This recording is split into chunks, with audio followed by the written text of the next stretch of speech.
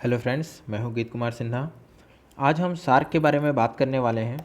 SAARC जो कि है south Asian association for regional cooperation, मतलब दक्षिण एशियाई क्षेत्रीय सहयोग संगठन। दक्षिण एशियाई देशों का एक संगठन है। आप जानते हैं कि भारत एशिया में दक्षिण एशिया वाले हिस्से में आता है। तो आज हम इसके बारे में जानेंगे कि कैसा संगठन है, क्या उद्देश्य हैं, कब गठन हुआ, ये सब। अब हम देखते हैं कि इसकी जो स्थापना हुई थी 8 दिसंबर 1985 को हुई थी। अगर इसके ऐतिहासिक पृष्ठभूमि की बात करें तो 1970 के दशक में बांग्लादेश के तत्कालीन राष्ट्रपति जियाउर रहमान ने दक्षिण एशियाई देशों के एक व्यापार गुट के सृजन का प्रस्ताव रखा था कि हम ऐसा व्यापार गुट बनाते हैं जिसमें कुछ छूट हो, एक दूसरे में आयात निर्यात में कुछ जो भी दिक्कतें आ रही हैं उनके सुलझाने के लिए हम एक संगठन का निर्माण करते हैं। इसके बाद मई 1980 में दक्षिण एशिया में क्षेत्रीय सहयोग का विचार फिर से रखा गया। अप्रैल 1981 में 7 देशों के विदेश सचिव कोलंबो में पहली बार मिले। 1981 में सभी देशों के विदेश सचिव कोलंबो में मिले, जो ये 7 देश थे। दक्षिण एशियाई क्षेत्रीय सहयोग संगठन सार्क की स्थापना 8 दिसंबर 1985 को हुई। ठीक है, ये डेट याद रखिएगा, पूछ सकते हैं। 2 नंबर के क्वेश्चन आपको पूछ सकते हैं इससे कि इसकी स्थापना कब हुई थी। तो कौन कौन से 7 देश थे? बांग्लादेश, भूटान, भारत, मालदीव, नेपाल, पाकिस्तान और श्रीलंका। अगर आप भारत का नक्शा देखेंगे तो चारों ओर जो इसके पड़ोसी है उसे लेकर क्या बना, सार्क की स्थापना हुई थी।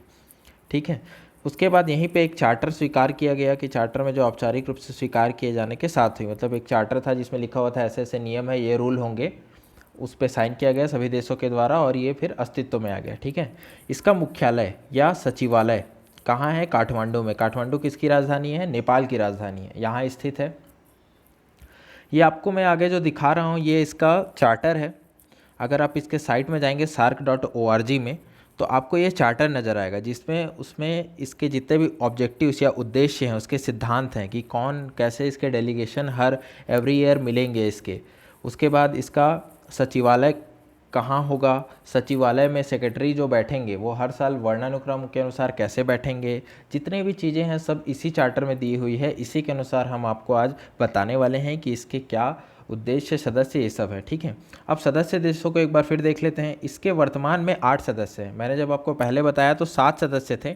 लास्ट में कौन जुड़ा है? अफगानिस्तान। तो यहाँ पे मैंने जैसे लिखा है कि 13 नवंबर 2005 को भारत के प्रयास से क्षेत्रीय समूह में अफगानिस्तान को शामिल किया गया और 2007 को ये फाइनली 8वां सदस्य बन गया।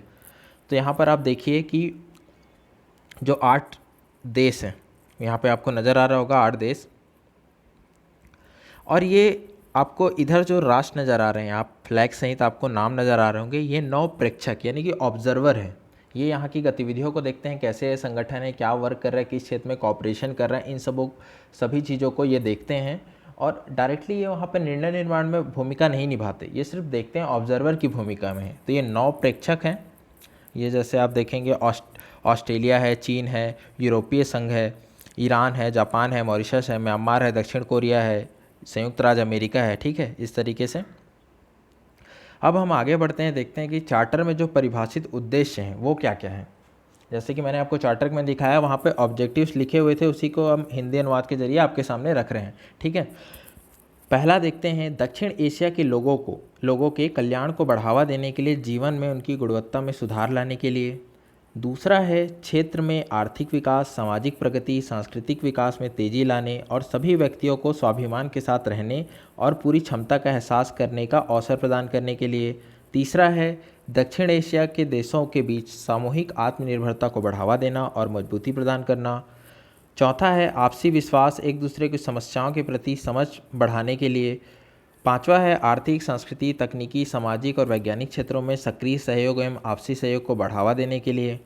अन्य विकासशील देशों के साथ सहयोग को मजबूत करने के लिए। आपस में साझा हित के मामलों पर अंतर्राष्ट्रीय मंचों में सहयोग को मजबूत करने के लिए।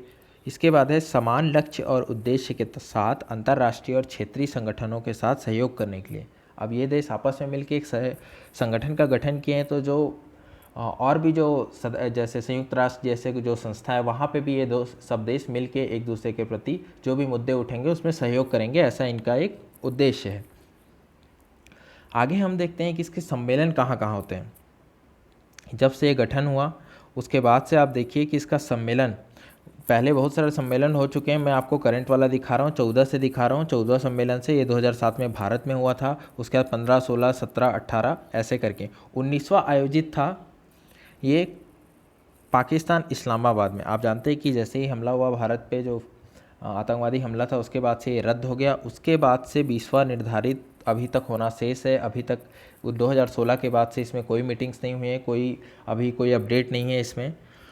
तो आप जान रहे होंगे कि भारत ने बिम्स्टेक को ज़्यादा महत्व देना शुरू कर दिया है इसके स्थान पर। तो हम इसको एक अलग से वीडियो में पढ़ेंगे कि सार्क बनाम बिम्स्टेक, इसके नाम से। मैं बिम्स्टेक आपको पहले से भी पढ़ा चुका है, ये सार्क है। तो दोनों का जो साथ में मिलाकर है, हम एक अलग से वीडियो में बात करेंगे।